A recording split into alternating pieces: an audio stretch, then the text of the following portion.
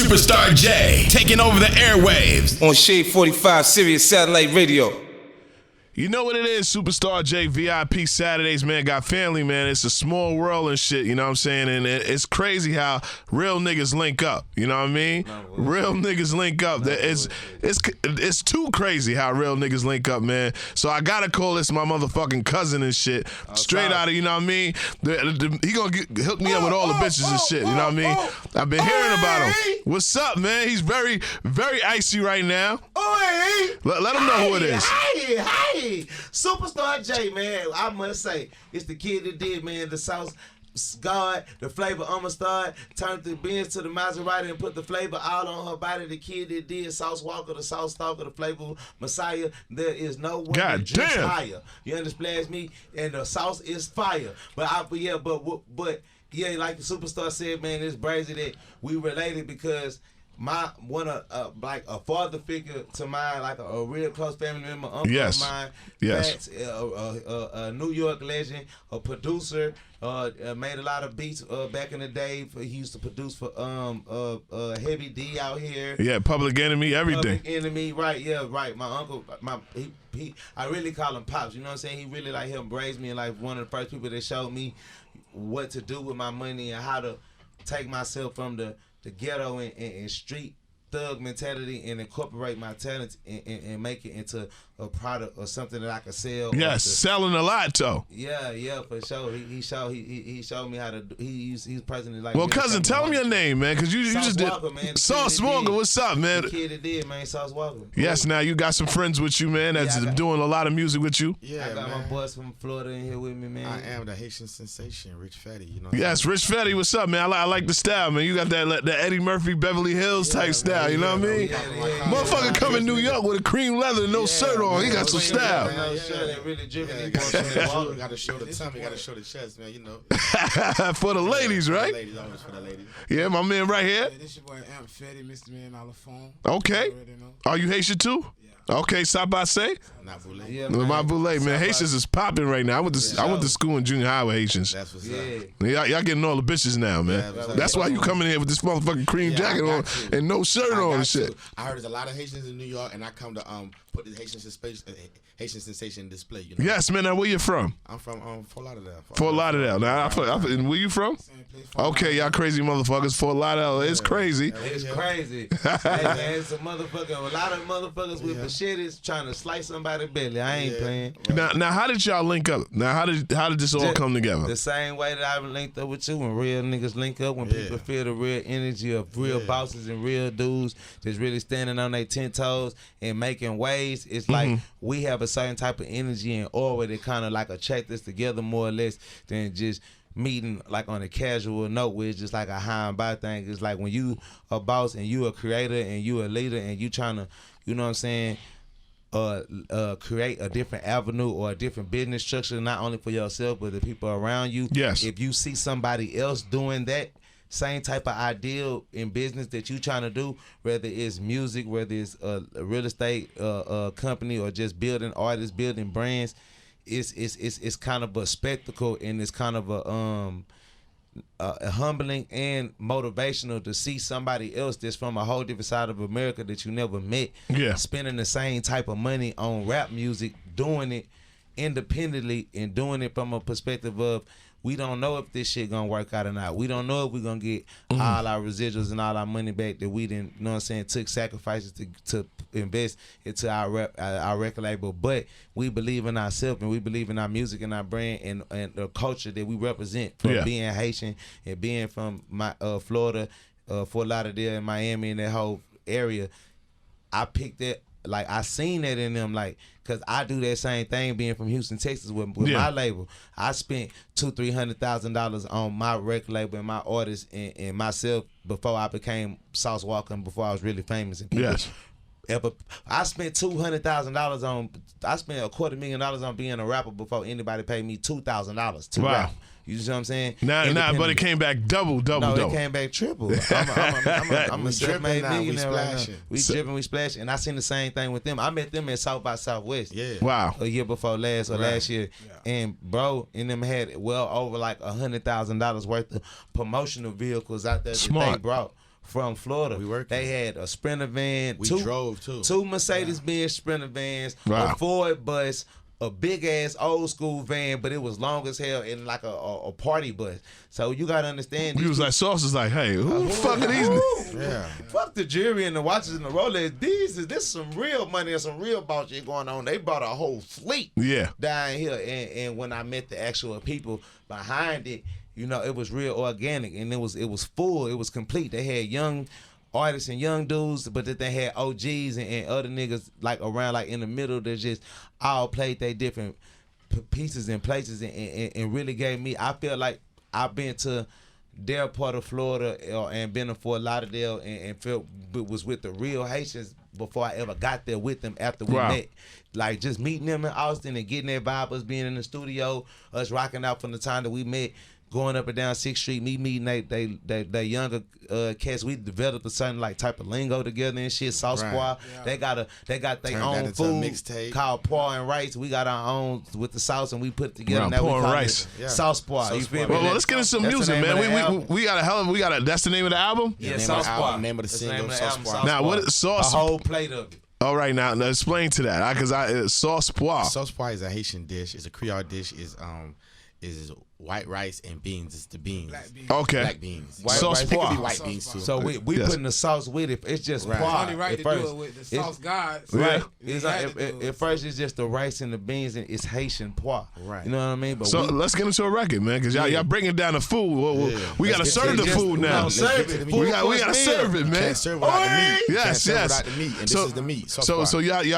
y'all say the song and let's get to it, man. Yeah, it's sauce pois. Rich Fed. Sauce Pois, let's get it. Pois. You know what it is. You know what it is, Superstar J VIP Saturdays. Still got everybody in here. Now I had a little bit of Sauce Pois. You Yeah. know what it is. Yeah, I said it right. You saying that like you Haitian. I told you I've been around Haitians, been man. around here and Yes, know man. My first Superstar J girlfriend was a know what he Haitian. Oh, You that's know what's what I mean? up. We family. Okay. then. Yes, We man. family. That's your cousin. Yes. And I'm your extended cousin. Yes, so you gonna hook me up with all the Haitian That's chicks. what's up. That's what I'm talking about. He gets where I'm coming. I love chicks. I love chicks. Man. Haitian sauce pois rice. Yes, now I gotta ask you, Sauce. Right? to it. You know, it's a lot of labels, you know, offering you a whole bunch of money. Yeah. You know what I mean? And we had a long talk, you know what I mean? Bosses Yeah. to bosses. Right. And I always say this because I've been in this game for a minute. Absolutely.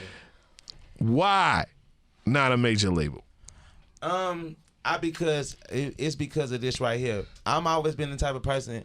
I never look at a computer or a phone or a car or any type of inanimate object and look at it as, oh, that's a computer. I just want to get on and type and go get on the internet and have fun. I look at it like, how is this computer working? Who made it? What type of cores is in this computer that's different in this computer? And then after you figure that part out, how much did this cost? Who put this out and who's making the money for this?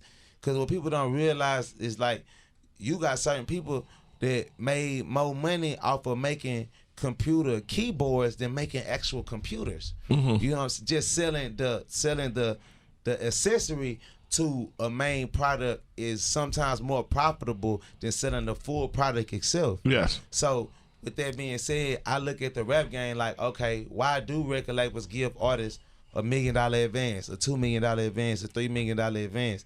Is it like the NBA to where if I sign a contract with the NBA, y'all sign me off the sheer fact and the belief of my talent and what my numbers have and my statistics show? So even if I get in the league and I play 1 to 2 seasons and I bust my leg or hurt my back or whatever, am I still financially stable and secure for the rest of my life? Yeah. Because when you sign a record label contract, in most sorts, in some way, shape, or form, a piece of your artistry or a piece of your publishing is being given away for the rest of your life. Yes. Or especially a level of ownership with it. And then that's another thing too. I've always been a person who understands percentages, partnership and working percentages. 50, 60%, 40, over a little bit, not in most cases, that's like a partnership deal. That's more or less me and you going half and half on something, and we trying to figure it out, versus to you giving me an investment of what you projectedly think I can do or what I will do, but I owe you money for whatever money you gave me for my hard work, and then on top of that,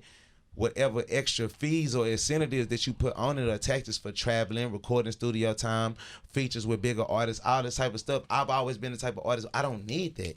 I don't need you to pay for me no plane ticket. I buy my own plane ticket. How much the private jet cost? $10,000. I'll pay that. I got money to do that. A feature with a bigger artist.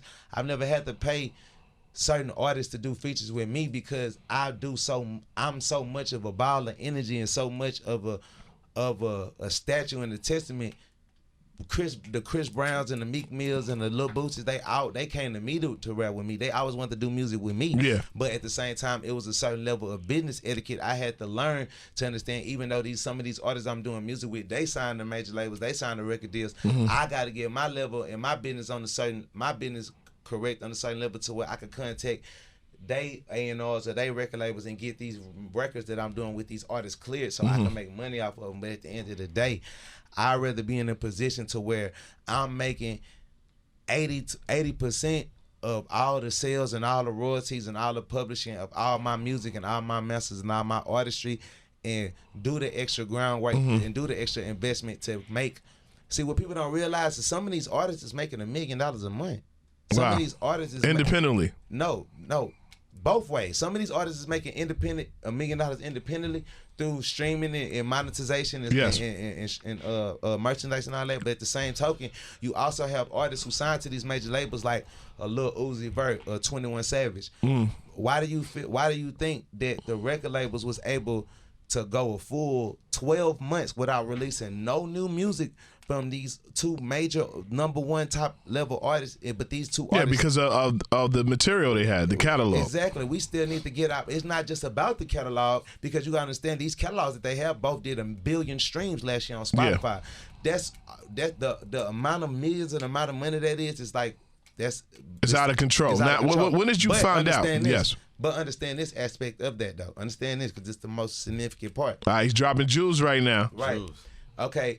Just because the simple fact that they have this much amount of streams that we can accumulate within a year without releasing any new music, and I've already given you a $5 million advance, a $4 million advance, even if you made the money back in that advance, why wouldn't I just want to further push the streams on those old records and put out more videos from that album and get you to do more traveling and more touring, feeding you the tour $100,000 in the tour money and the hand-to-hand cash, but in the long run, residually from this computer database and these media sales and radio plays, we're making 3, 5, 6. We making what I signed you for 4 years. We making that off of you every 2 months. Right? Yeah.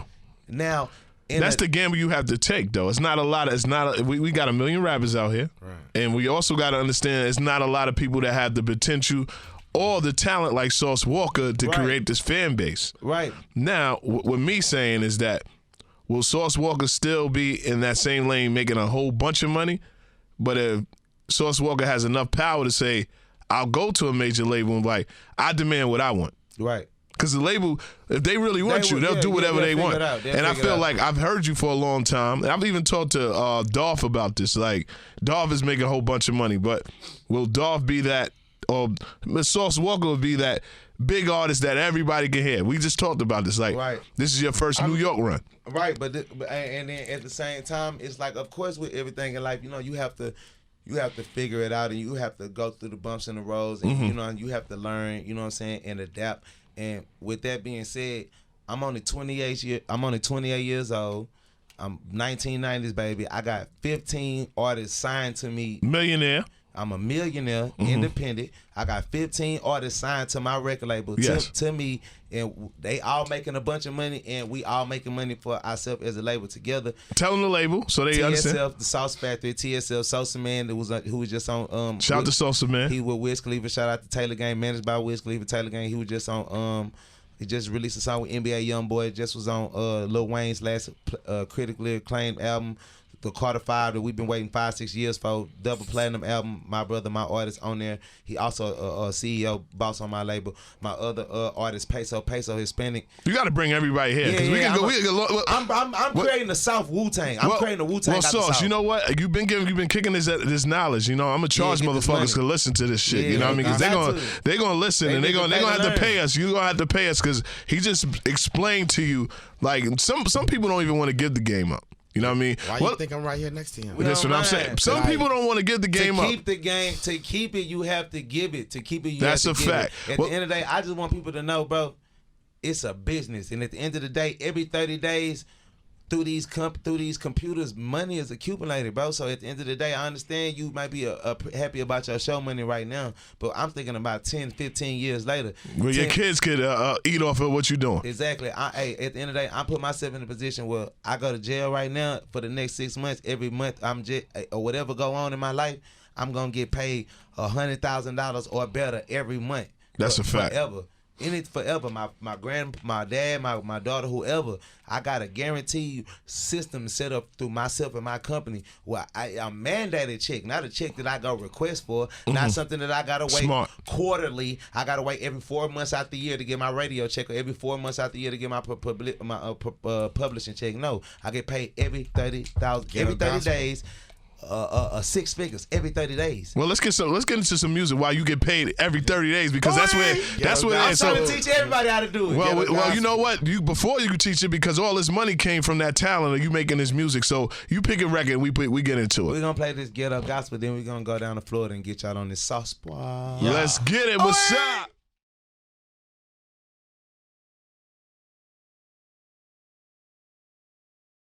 You know what it is, Superstar J, VIP Saturdays, Sauce Walka, and my people, Sauce. Yeah. Say it again. Rich Fetty. Rich Fetty. Yeah, and Fetty. No, I knew your name. I want you to say the Sauce Poir. Sauce Poir. Yes, man. I think I'm official, man. Yeah, Superstar, you know what I mean? Hey, man, the world is based on lingo and new terminology, and you know what I'm saying, communication rule the nation. So you know what I'm saying. Let me ask you something, Sauce, because you're very, you know what I mean. You discovered how to do the social media thing. Yeah. And I feel that a lot of people probably wouldn't think that you're this intelligent because of your social media antics and things. And not even presence, but, you know, things that you do that people are like, oh, he just shows a whole bunch of money, or he's arguing with this person, or he's beefing with this person. And then you come deep down and you got this fucking brain and this. Do you do that on purpose? Of course. To fool them? I mean, of course, it's all the things, you know what I'm saying? It's like you never let your left hand know what your right hand doing sometimes.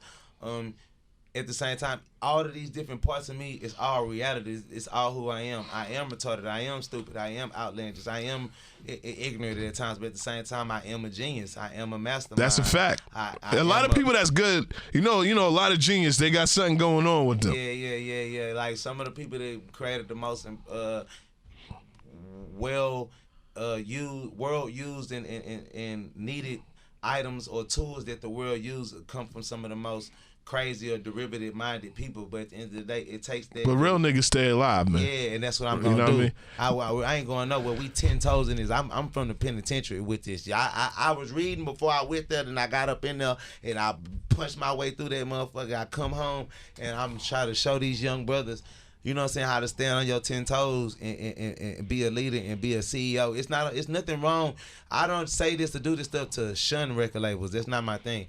What I'm saying is it's nothing wrong with doing business and incorporating yourself with other people, but don't be afraid to make the self-investment. Don't be afraid to spend the money on yourself. Don't be afraid to spend the money. Stop asking people. Stop asking an older dude or a football player. Talk to him, man. Or the neighborhood drug dealer, or depending on the or next goddamn person. DJ to wait for your music to stop blaming them. Stop blaming. Help a DJ. The help a DJ get to it. That's what I did with the DJs in my city. We got them in different places. We bought them T-shirts. We bought them clothes. We would take them out. We would give them like different South stuff that we was wearing at the time. We would put them in. Another thing.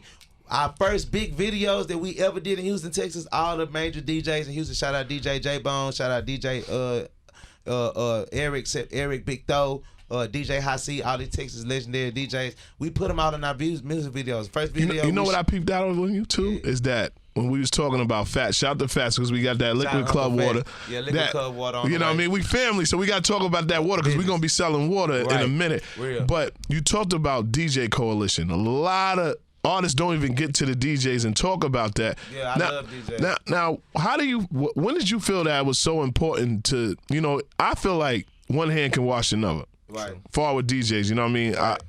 I see people, you know what I mean? I've seen a lot of artists in strip club. I had a talk with one of the artists, a DJ, right? Uh-huh. And I said, yo, he never sent a plaque. And I'm like, this is his second album that he had 4 platinum plaques. And I mean, you know, when you got money and you got a record label, you can actually get plaques on, you know, a wholesale. Right.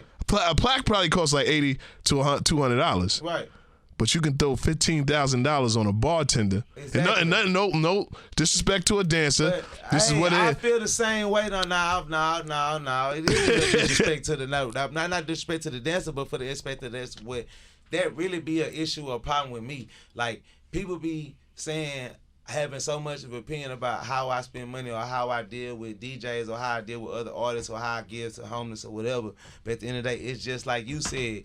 You have a dude who can't give his own baby mama. You have dudes out here who have a relationship with the mother of their child, and just because you not having sex with her, or she got another dude, or y'all arguing, or she hating on your new girlfriend, or whatever your discrepancy is with your baby mama, or just as the mentality of a black man, you tell yourself, I'm not finna give that bitch no $5,000-$6,000 of my money so she can go spend all that money, but she's the one raising your child and doing everything. I'm not necessarily saying you talking that Jews, man. At the end of the day, bro, hey, I have no problem with giving the mother of my child all the money and all the I probably can't give you all my time because I'm trying to make my child be in a position where she never have to work, where nobody ever had to do nothing down my family tree again. But it takes a lot of time and millions. But you can throw 6,000 in 20 seconds. But how you can't give your daughter and your baby mama $10,000 cash, $20,000 cash, but you can give Shamika on a Thursday night and Scarlett's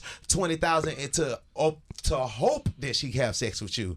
She probably still hit you with I'm wait outside for me when the club the club closed at 5. I'll meet you in the front, and she go out the back door on you. But they feel that that's okay because they feel like it's a sport or you getting some kudos off of it. But that's bullshit. Same thing with the DJs.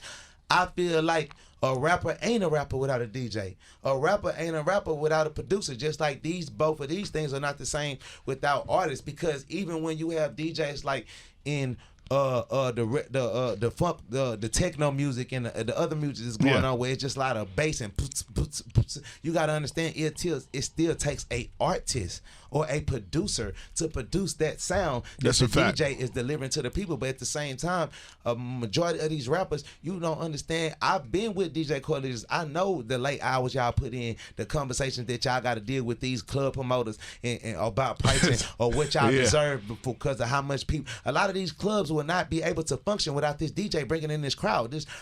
These club or turn off the music and walk out. What happens in that? It's over. It's over. Even if you just try to run a club off of automated music, if you try to run a club with thousands of people with real energy and real feeling in the room, you try to run this off a playlist, then people are gonna walk out. That's a fact. People need to feel. They need interaction. He's kicking Jews right now, man. DJ, it's a cycle. And this is a warning, right? Because I don't want people, because you get a lot of artists that don't have a mind frame like you and be like, nah, yo, DJs need to help. And I always tell an artist, I'm like, just because you do music doesn't mean I have to play your music. Right. Just because I DJ doesn't mean that you have to come to my party. Right. So we have to have a certain type of mutual agreement of it. Now, if you meet a fuck DJ that you have been promoting, and I tell artists all this before, you know what I mean? Because this is a deep conversation. And I say this before. Yo, man, this nigga never support. Yo, we always coming out. Then don't come out. Right. And go to the nigga that does support. Hey, let me say this. That's my jewel right there. And that's a major jewel. You know what I mean? If you spending $10,000 in the club and this DJ still overlooking you, you know what? You go to that opening DJ and you spend $10,000 with him. And you know what? That motherfucker gonna pop. And that other DJ, he's gonna be out of a job. Right. And if you're gonna throw some money in the club, goddammit, split the money between the DJ and the girl, man. But they don't do that, and because I don't want to do that in the South. In Houston, we throw money at our DJ. But you know what? In New York, I've heard that dancers pay the DJs. They tip the DJs. Yes. They don't do that out here. No, they don't. Oh, let me tell you something, boy. In Texas, listen, let me tell you something. If girls come out and say, play this song, I look at them like, so what we gonna do? What we gonna do together? Hey, let me tell you how much respect that the DJs got in Texas when it comes to strip clubs. In Miami. Let me tell you this. If a strip club got 200 girls in, I done seen strip club had 200 girls, 400 girls. I done seen in the South, I've seen these people spend $30,000-$40,000 on buying a whole building that's the size of a Walmart to have a stripper club extravaganza in there. Wow. To try to fit 1,000. I've seen these people try to fit 500 strippers in the arena before. Wow. In Houston, I've seen it. This is a culture. We don't see that. Right. Yeah, it's very yes, different. for sure. It's for sure. It's called the Ava Center. You got strippers in Texas that jerseys, they panties got hung up in the strip club like Hall of Fame strippers. Wow. But with that being said, The DJ runs the show. Right. Every girl that's in this club, Know what if time you it want to is. be on stage when Justin Bieber and Mayweather throwing that $100 grand, I better need tip the DJ. $1,300 off of every girl that's on my stage set. Wow. We need to. If it's a light night, we talking about the whole club, depending on how much you making. The standard fee is called a house fee, DJ fee. The standard tip out for the DJ is $50 to $100 times 30 girls. That's on a regular night. That's on a Wednesday. On a regular Wednesday, when nobody's doing good, everybody leave with $500 this night. Nobody's leaving with the 10,000s. Every 30 to 40 girls that was at that club has to tip the DJ $50 to $100. On the great nights in the South, on the great nights, every girl is giving the DJ $1,000. I want to pick your brain. In New York City, right? Right. How much you think an opening DJ makes, and when he comes out after the night? In my opinion, I would think because of the living and the cost, like it $300. I would say like $600 to $1,000. An opening DJ probably won't get more than $200. Ooh.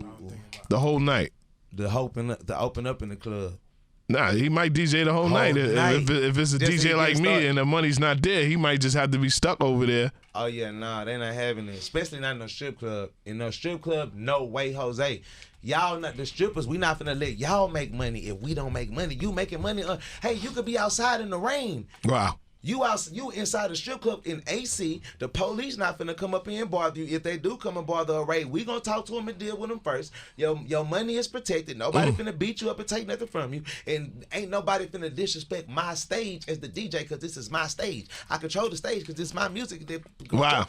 If you worked in the club before, you worked in the strip club before, you got the list that say, Sunshine and Tiger Cheeks. Yeah. Y'all next. That's your discretion. So let's say I'm the rapper that's coming in, or Fabulous is the rapper, and he loves Superstar J, and you the one playing his music, getting him in a good mood. He's finna throw this amount of money on this stage set at the time that you are saying, Yo, this guy's giving too much game, man. They're gonna worship the ground you walk on as a DJ. That's what I'm saying, man. If you want to get your music played, you want the DJs to be on your side. You got. Y'all better play Sauce Walka music. You see what he's talking about? He just gave y'all free game, man. And we got that Sauce Pa. Yeah, ghetto gospel. Ghetto gospel, man. Before y'all leave, man, give them your Instagram. You know how they can reach you. Please follow Rich Fetty _Fetty, man, on Instagram, Rich_Fetty. Remember that. Let's go, man. AMP_Fetty on Instagram. I'll follow me on that. My man smooth right here. He fuck everybody girls. You know what I mean? On the low. He's the guy that's all chick. Yo, Sauce, give him your your handles, man. Man, all you gotta do is get on your knees and pray to the sauce God. You feel me? And That's flavor, what it is. The flavor will anoint you. You know what I'm saying? May the sauce be with you. Sauce alaikum, sauce salam, my brother. Let's go, man. Sauce, let's get a record, and then I'm gonna ask y'all two for some records. Right. I want your record, man. You can tell me a record. What's one of your favorite records you love to perform? One of my favorite records I love to perform is I love to perform ghetto gospel because you know what I'm saying, what it is and how deep it is in the message, but at the same time just like on some energetic, make my fans feel good. That Sauce Overload. Sauce Overload is Overload? Yeah, Sauce Overload. It's actually like really one of the songs that like really get, you know, a lot of the dance moves that I created, a lot of the style that I brought to the rap game that a lot of other rappers incorporated and picked up. I'm not even gonna say they stole it or nothing like that. I'm gonna just say they was influenced. They was influenced. We ain't gonna start nothing. We on the chill. We on the chill. Sauce got a lot of money. He ain't really thinking about it. Yeah, right. I'm so rich now, bro. See, that's another thing. I was rich then. But at the same time, I'm still an upcoming artist, and y'all trying to steal my style, and I'm competing. But at the same time, I done got so rich in this rap now, independent. They owed it to you. Who cares? They owed it to you. That's what I'm talking about. Let's get in. What record you want to play, man? That $1 Million Phone by me and AMP Fetty, man. Yeah, $1 Million Phone. That's what it is? $1 Million Phones, too. That's what it is, man. $1 Million Phones. You know what it is. Superstar J VIP. Superstar J. Let's get it.